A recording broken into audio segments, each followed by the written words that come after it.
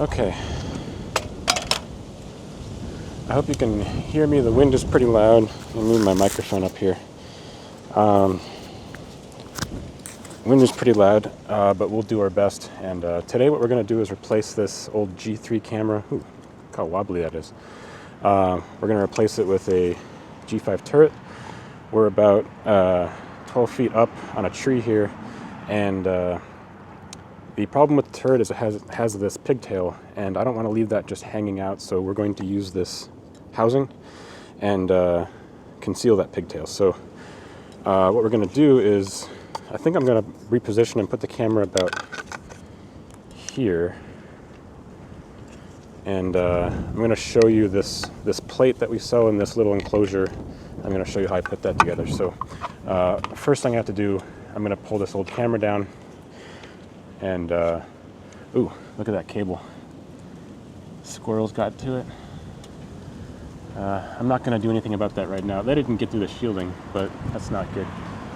This cable goes up, and then it goes over to the house, and you can see I've got the that old infrared emitter up there, and I do not miss the days of having to add extra infrared light. These newer cameras are so much better at night vision than the G3s, so that's one of the reasons I'm replacing this. This camera's still working fine. I know it looks really dirty, but it's still working great. But all right, let's get this removed, and we'll start mounting the other camera.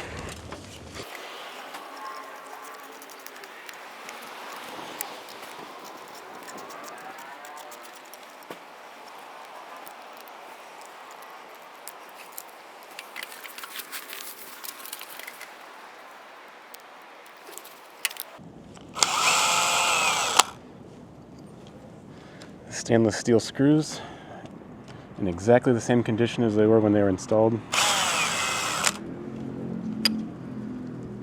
That's why we use stainless. Okay, so the way this works is there's the enclosure. I already have the base for the camera screwed onto the enclosure. It uses 1, 2, 3, 4 little stainless screws. And then this plate. Now this plate was designed for multiple purposes, one of which is to strap onto like a gutter downspout or a post. Here we're just going to use it as a steady mounting surface. I wouldn't want to try to screw my camera directly to the tree because, well, it's really rough. I really just want to put 2 solid screws in and leave it at that, and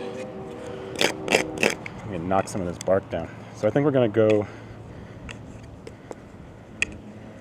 oh, I don't know. There's a steady spot. We'll go there.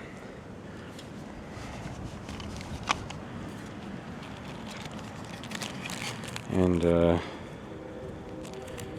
got my little bag of tricks here. We're just going to use a couple number 6 stainless steel screws. Now these plates, they have all these mounting hole options, but none of them show up in the back. That's because they're sealed by a thin layer of plastic. We can just drill right through that.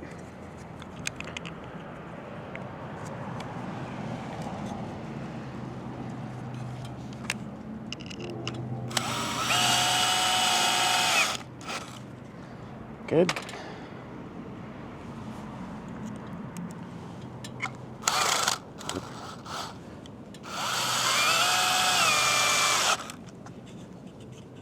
Okay, that'll work. And this cable, I might have to move that. We're good. We always route the cable in from the bottom. We don't want to route it in from the top, so we don't want to allow for water to follow the cable in. So this provides a drip loop. And now I can put the second part of the enclosure on top of that. Let's see, like that. And I already kind of stuck those screws in, just kind of press fitted them so they held their place.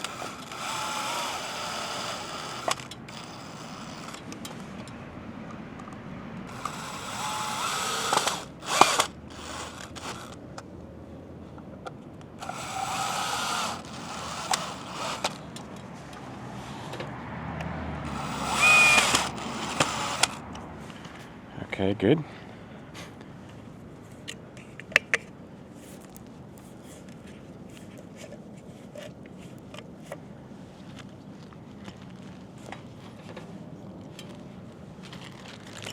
Now let's get the camera seal. First, this back part. And you have to choose which seal to use. We'll use the larger one, 5.5 to 6.5 millimeters. This is a Ubiquiti tough cable that I'm using here.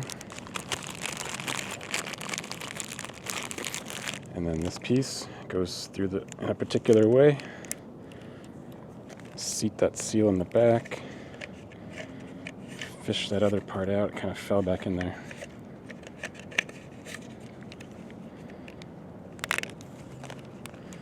And I'm just going to tighten that a little bit. I still want to be able to slide it around. Okay, good.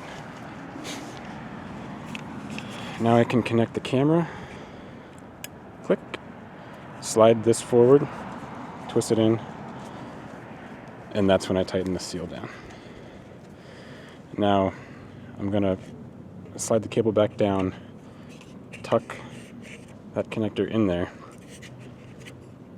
And it's going to be snug. We made this enclosure just big enough to fit that, and then we'll kind of coil the rest down.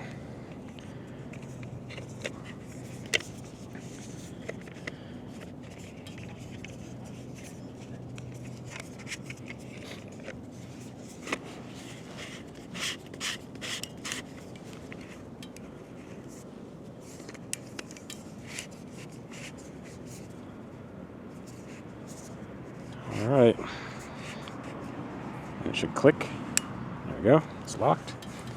And that's that. Oh, I got it a little crooked on there, but there's a little bit of movement. Maybe I could have put a third or fourth screw in there, but I think it'll be fine. Okay, that's the end of that. Let's go to the next camera. I'm up here trying to remove this old infrared light, but look at that. What the tree did. That's an old, I don't have the right bit with me. That's like a 1/4-inch Spax screw. And it's almost unreachable. I'd like to get it out of there, so I'll come back later. But same thing up here. I need to bring a number 3 square drive bit. Yeah, I'm so glad that I'm not doing infrared lights anymore. This was a pain in the ass to bring 12-volt power out to here. So, yay, new cameras. All right, here's the second camera we're replacing today. It's another G3, and this one's kind of funny. I have it out on this pole. That's so I could get the complete view that I wanted to get. I really just needed a camera with a wider viewing angle, which is what we're going to replace it with. We're going to replace it with a G5 turret.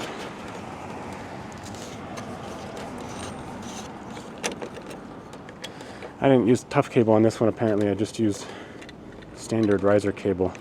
I have this really long history of installing cameras where I think it's going to be temporary, or that I'm going to, run a different cable, and then I never do it. So, okay, so the goal is to put the turret on this downspout.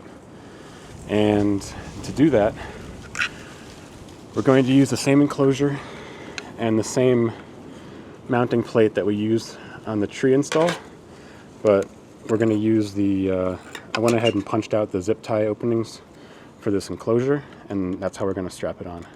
So let's do that now.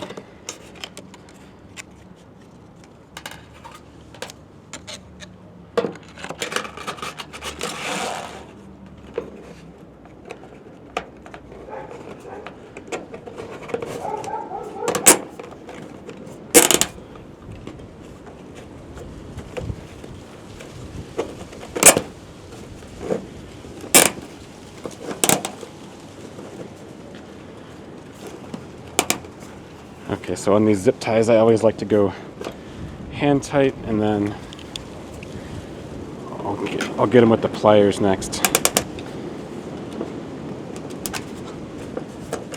And that is really solid. One more, and one more. There we go.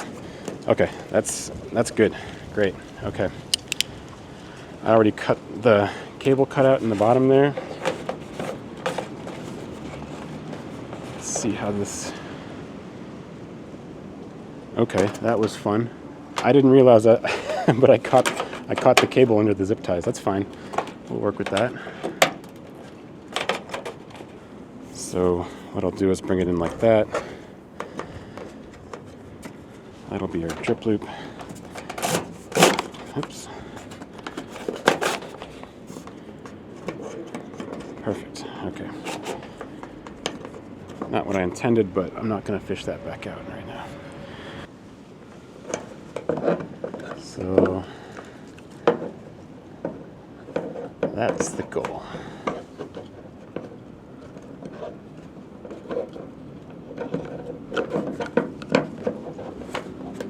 Like that.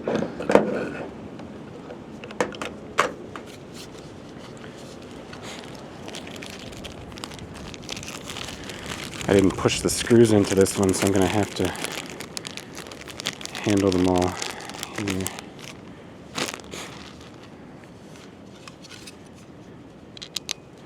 There we go. These are a little looser. Hopefully they'll stay for me.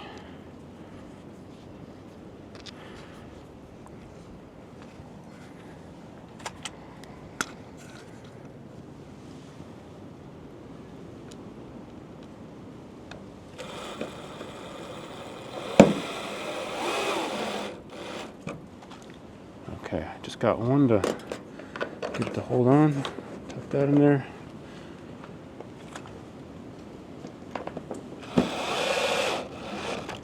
I'll do the rest.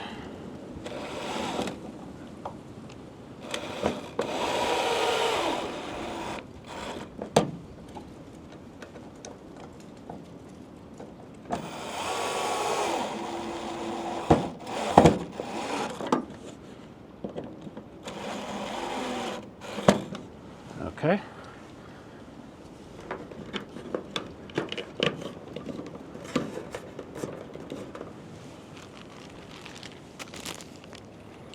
Put that extra screw back, and this time we're going to select the smaller seal. And, oops, you know what? I think I might have forgotten. Yeah, I forgot the cable seal connector parts. Alright, I'm going to have to go back to the shop and get those, and then I'll be right back here. Okay, we're back. I've got the connectors. Back end goes on first. Silicone seal. Pops over. This feeds through.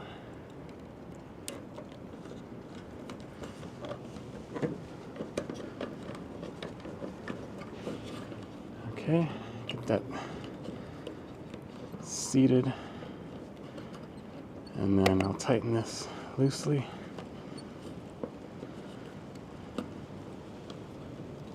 Okay, grab the camera out of my pocket, look for a click, good, twist that to lock, and then we tighten that down. Now, of the two ends of this connector, this is the one with the compression seal, and this is the factory end. I always assume this is the more waterproof end, so I always want that to be up. That way if water gets on here, it can run down, not run down into that part, which is less perfect. So let's put that down. And then we'll tuck all this back in there.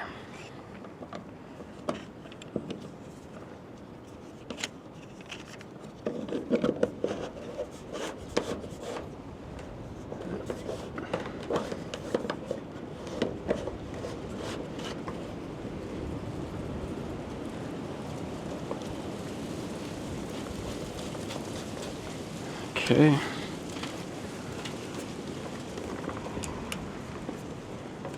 That's about right. Look for the click. There we go. And of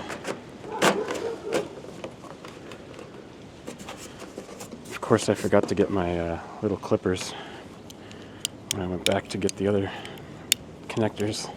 Let's see if my pocket knife can take care of these. I wonder if that can be a bit tighter. Yep.